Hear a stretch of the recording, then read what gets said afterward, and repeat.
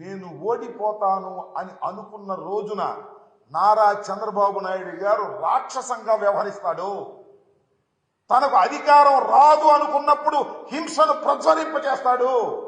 ఇది నారా చంద్రబాబు నాయుడు గారి చరిత్ర.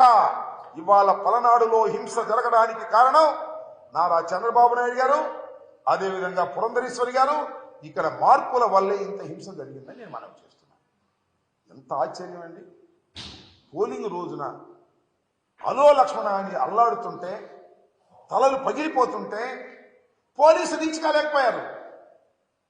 కొన్ని ప్రాంతాల్లో మాచర్లలో కానీ, లేకపోతే మన గురజాలలో కానీ, నర్సరాపేటలో కానీ, సత్తెనపల్లిలో కానీ కొన్ని ప్రాంతాలు వెళుతుంటే అక్కడికి పోలీసులు రీచ్ కాల, కొట్టుకుని ఆల్పోయి చాలే వాగిపోయారు. ఇది పరిస్థితి. ఒక ఎమ్మెల్యే ఇంటి మీద రాళ్లు వేసే పరిస్థితి. నర్సరావుపేటలో ఎమ్మెల్యే ఇంటి మీదకు వెళ్ళి దూకి కార్లు పగలగొట్టి చేసినటువంటి సందర్భం. అదేవిధంగా నాకు సంబంధించి నా చీఫ్ ఎలక్షన్ ఏజెంట్ నా సన్నిలా వెళితే కారు మొత్తం పగలగొట్టారు.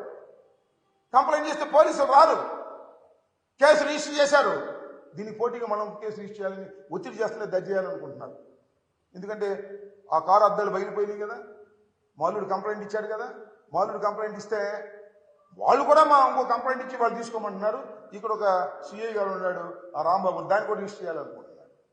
ఇది ఇంత దారుణంగా ఫెయిల్యూర్ ఆఫ్ ది పోలీస్, దారుణంగా ఫెయిల్యూర్ అయ్యి ఎన్నికల సమయంలో ఫెయిల్యూర్ అయింది ఇక్కడ పల్నాడులో పోలీస్ వ్యవస్థ. నేను ఇంతకు ముందు కూడా ఆరోపణ చేశాను. ఇవాళ కూడా సిట్ అధికారులని ఎవరైతే వినీత్ బ్రిజ్వాల్ నాయకత్వంలో ఒక సిట్ ఫామ్ చేశారో ఎన్నికల కమిషన్, ఆ బృందాలన్నీ కూడా తిరిగి ఇవాళ ఏం జరుగుతుంది, ఎలా జరిగింది అనే దాని మీద విచారణ చేస్తూ ఉన్నారు. నేను నర్సరావుపేట వెళ్ళి ఆ బృందాన్ని కలవటం జరిగింది. వారికి చాలా వివరంగా నేను ఎక్స్ప్లెయిన్ చేశాను. నేను చెప్పినటువంటి ఇన్పుట్స్ కూడా తీసుకోమని చెప్పాను. ముఖ్యంగా పోలీసు వారు లోయర్ లెవెల్లో తెలుగుదేశంతో కొలిగిపోయారు.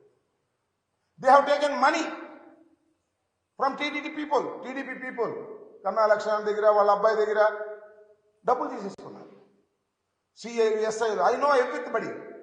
కొంతమంది తీసుకోలేదు కూడా, అది వేరే అంశం. అందరూ నేను ఒకటి మనవి చేశాను పోలీసు వారికి కూడా, ఆ సిట్లో ఉన్న వారికి కూడా, మీరు తెలుసుకోదలుచుకుంటే పోలీసు వారు చేసిన తప్పులు కానీ లంచాలు కానీ 5 నిమిషాల్లో మీరు తెలుసుకునేటువంటి అధికారం మీకు ఉంటుంది, తెలుసుకోగలిగిన శక్తి కూడా మీకు ఉంటుంది అని ఈ సందర్భంగా నేను వారికి చెప్పాను. వారు తెలుసుకునేటువంటి ప్రయత్నం కూడా చేస్తారని నేను భావిస్తూ ఉన్నాను. వాస్తవానికి ఇంత దారుణంగా పల్నాడు ప్రాంతంలో ఇంత దారుణంగా ఫెయిల్ కావడానికి దీని మీద అధ్యయనం చేయవలసినటువంటి అవసరం ఉంది. ఎన్నికల సమయంలో ఫెయిల్ అయ్యారు.